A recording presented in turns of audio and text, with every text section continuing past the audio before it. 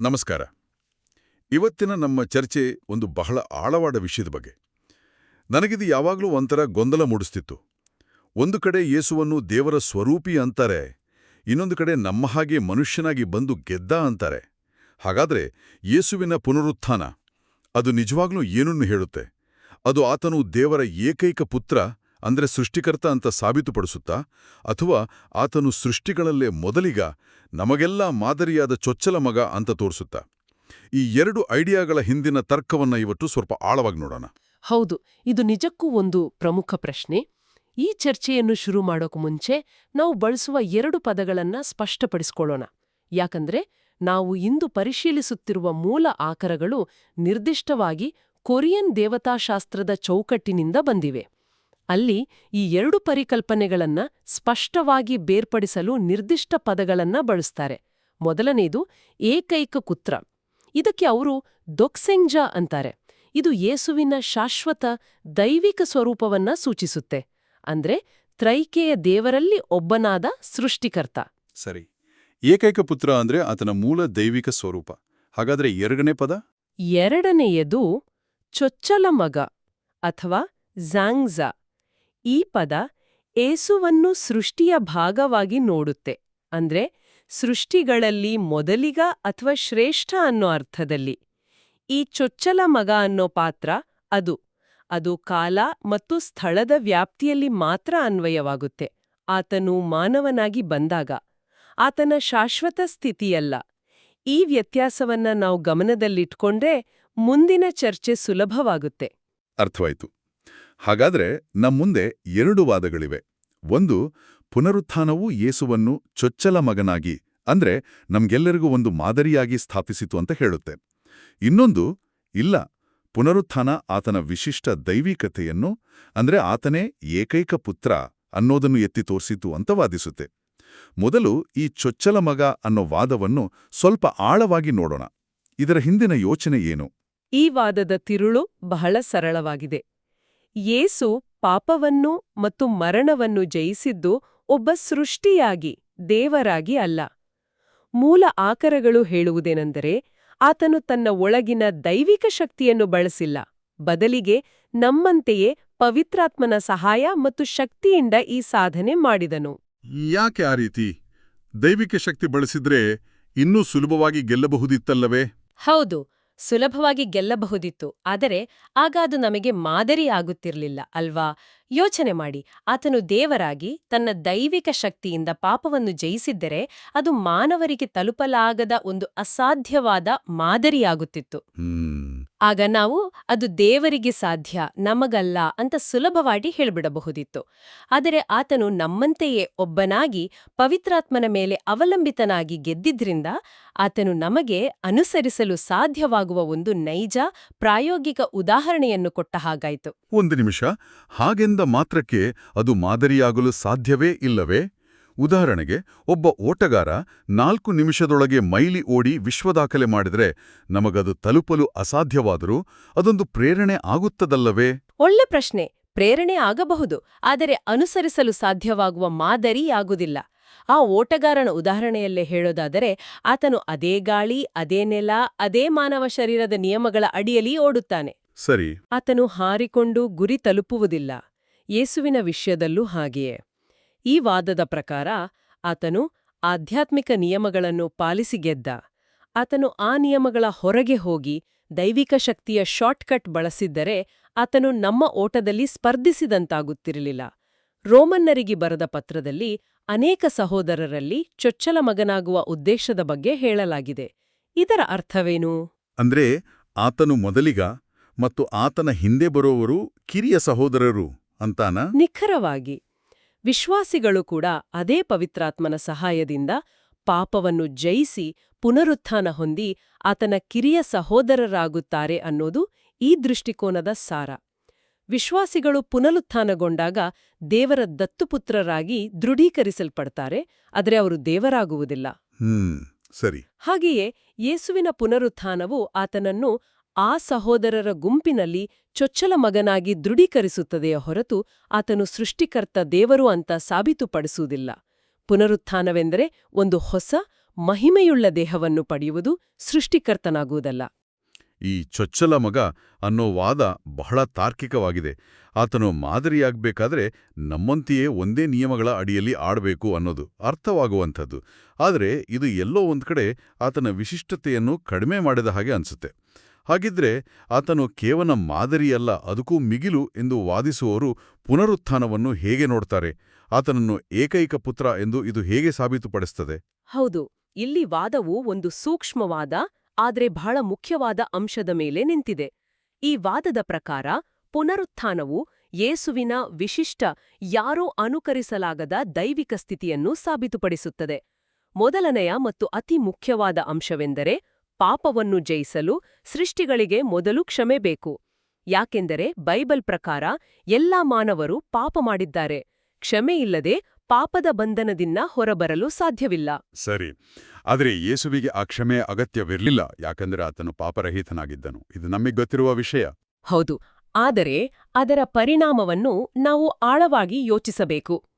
ಇದು ನಮ್ಮನ್ನು ಒಂದು ಮೂಲಭೂತ ಪ್ರಶ್ನೆಗೆ ತಂದು ನಿಲ್ಲಿಸುತ್ತದೆ. ಹಾಗಾದರೆ ಇಡೀ ಸೃಷ್ಟಿಯ ಇತಿಹಾಸದಲ್ಲಿ ಮೊದಲ ಬಾರಿಗೆ ಪುನರುತ್ಥಾನ ಹೊಂದಲು, ಅಂದ್ರೆ ಮರಣವನ್ನು ಸಂಪೂರ್ಣವಾಗಿ ಸೋಲಿಸಲು ಯಾರಿಗೆ ಸಾಧ್ಯ? ಯಾರಿಗೆ ಸಾಧ್ಯ? ಈ ವಾದದ ಪ್ರಕಾರ ಅದು ದೇವರಿಗೆ ಮಾತ್ರ ಸಾಧ್ಯ. ಓ, ಯಾಕೆಂದರೆ ಶಿಲುಬೆಯ ಮೂಲಕ ದೇವರ ಪ್ರೀತಿ ಮತ್ತು ಕ್ಷಮೆಯ ಮಾರ್ಗವು ತೆರೆಯುವ ಮೊದಲು ಯಾವುದೇ ಸೃಷ್ಟಿಯೂ ಪಾಪ ಮತ್ತು ಮರಣವನ್ನು ಜಯಿಸಲು ಅಸಾಧ್ಯವಾಗಿತ್ತು. ಪ್ರೀತಿ ಏನು ಅಂತ ತಿಳಿಯದೆ ಪ್ರೀತಿಯನ್ನು ಪಾಲಿಸುವುದು ಹೇಗೆ? ಆ ದೇವರ ಪರಿಪೂರ್ಣ ಪ್ರೀತಿಯು ಶಿಲುಬೆಯಲ್ಲಿ ವ್ಯಕ್ತವಾಗುವ ಮೊದಲು ಪಾಪವನ್ನು ಜಯಿಸುವ ಮಾರ್ಗವೇ ಸೃಷ್ಟಿಗಳಿಗೆ ತೆರೆದಿರ್ಲಿಂಗ. ಓಹೋ, ಕ್ಷಮಿಸಿ, ನನಗೆ ಈ ವಿಷಯ ಸ್ಪಷ್ಟವಾಗಲಿಲ್ಲ. ಆತನು ಪಾಪರಹಿತನಾಗಿದ್ದಕ್ಕೂ ಮೊದಲಿಗನಾಗಿ ಪುನರುತ್ಥಾನ ಹೊಂದಿದ್ದಕ್ಕೂ ನೇರ ಸಂಬಂಧ ಹೇಗೆ? ಅದನ್ನು ಇನ್ನೊಮ್ಮೆ ವಿವರಿಸಬಹುದೇ? ಖಂಡಿತ. ಇದನ್ನು ಆನಲಾಜಿ ಮೂಲಕ ಅರ್ಥ ಮಾಡಿಕೊಳ್ಳೋಣ. ಭಾಷೆಯೇ ಇಲ್ಲದ ಜಗತ್ತನ್ನು ಕಲ್ಪಿಸಿಕೊಳ್ಳಿ. ಆಗ ಯಾರಾದ್ರೂ ಒಂದು ಕವಿತೆ ಬರೆಯಲು ಸಾಧ್ಯವೇ? ಇಲ್ಲ. ಇಲ್ಲ. ಮೊದಲು ಯಾರಾದ್ರೂ ಒಬ್ರು ಭಾಷೆಯನ್ನು, ಅಕ್ಷರಗಳನ್ನು, ವ್ಯಾಕರಣವನ್ನು ಸೃಷ್ಟಿಸಬೇಕು. ಆ ಭಾಷೆ ಸೃಷ್ಟಿಯಾದ ನಂತರವೇ ಬೇರೆಯವರು ಅದನ್ನು ಬಳಸಿ ಕವಿತೆ ಬರೆಯಲು, ಕಥೆ ಹೇಳಲು ಸಾಧ್ಯ. ಈ ವಾದದ ಪ್ರಕಾರ ಯೇಸು ಕೇವಲ ಮೊದಲ ಕವಿತೆ ಬರೆದವನಲ್ಲ, ಆತನು ಕವಿತೆ ಬರೆಯಲು ಬೇಕಾದ ಭಾಷೆಯನ್ನೇ ಸೃಷ್ಟಿಸಿದವನು. ವಾವ್! ಅಂದ್ರೆ ಆತನು ದಾರಿ ತೋರಿಸಿದ್ದು ಮಾತ್ರವಲ್ಲ, ಆ ದಾರಿಯನ್ನೇ ಸೃಷ್ಟಿಸಿದ. ಬೇರೆಯವರು ನಡೆಯುವ ಮೊದಲು ಆ ದಾರಿಯೇ ಇರಲಿಲ್ಲ. ನಿಖರವಾಗಿ. ಯೇಸುವಿಗೆ ದೇವರ ಪ್ರೀತಿಯನ್ನು ಕಲಿತು ವಿಧೇಯನಾಗುವ ಅಗತ್ಯವಿರಲಿಲ್ಲ. ಯಾಕೆಂದರೆ ಆತನೇ ಪ್ರೀತಿಯ ಸ್ವರೂಪಿಯಾಗಿದ್ದನು. ಆತನೇ ಧರ್ಮಶಾಸ್ತ್ರದ ಮೂರ್ತ ರೂಪ.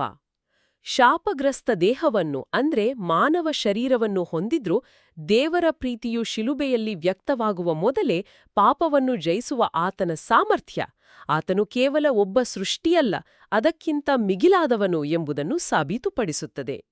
ಆದ್ದರಿಂದ ಆತನ ಪುನರುತ್ಥಾನವು ಕೇವಲ ಒಂದು ಮಾದರಿಯಲ್ಲ, ಅದು ಕಾಲ ಮತ್ತು ಸ್ಥಳದ ವ್ಯಾಪ್ತಿಯಲ್ಲಿ ಆತನ ಏಕೈಕ ಪುತ್ರ ಎಂಬ ದೈವಿಕ ಸ್ವರೂಪವನ್ನು ದೃಢಪಡಿಸುವ ಒಂದು ವಿಶಿಷ್ಟ ಮತ್ತು ಏಕಮಾತ್ರ ಘಟನೆ.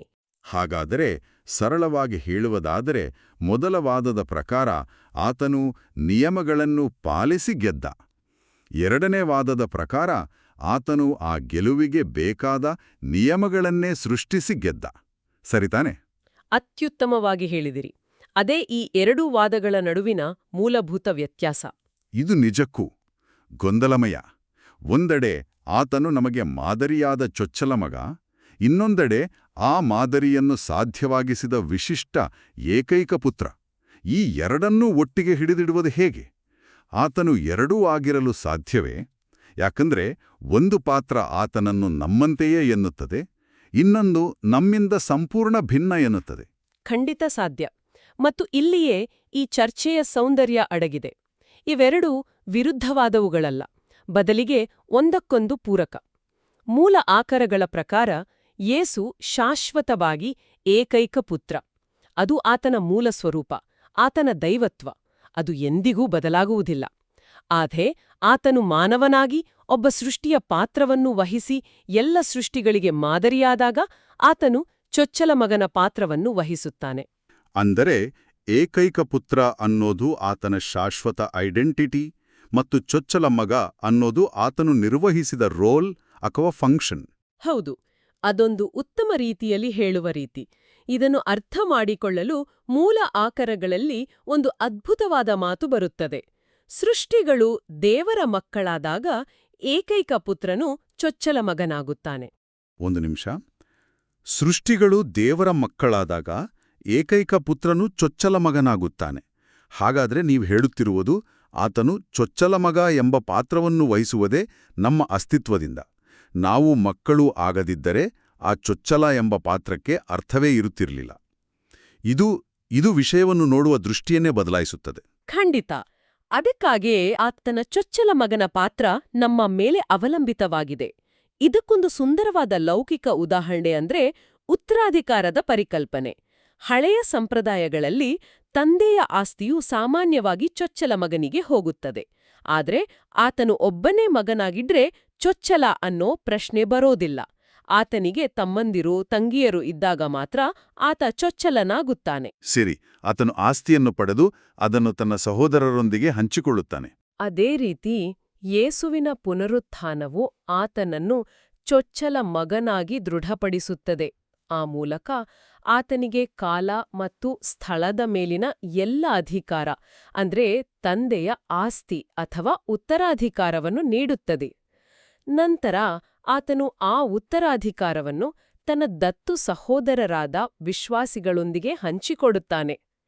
ಹೀಗಾಗಿ ಆತನು ಶಾಶ್ವತವಾಗಿ ಏಕೈಕ ಪುತ್ರನಾಗಿದ್ದುಕೊಂಡೇ ನಮ್ಮ ರಕ್ಷಣೆಗಾಗಿ ಮತ್ತು ನಮ್ಮನ್ನು ಸಹಭಾಗ್ಯಲನ್ನಾಗಿ ಮಾಡಲು ಚೊಚ್ಚಲ ಮಗನ ಪಾತ್ರವನ್ನು ವಹಿಸುತ್ತಾನೆ.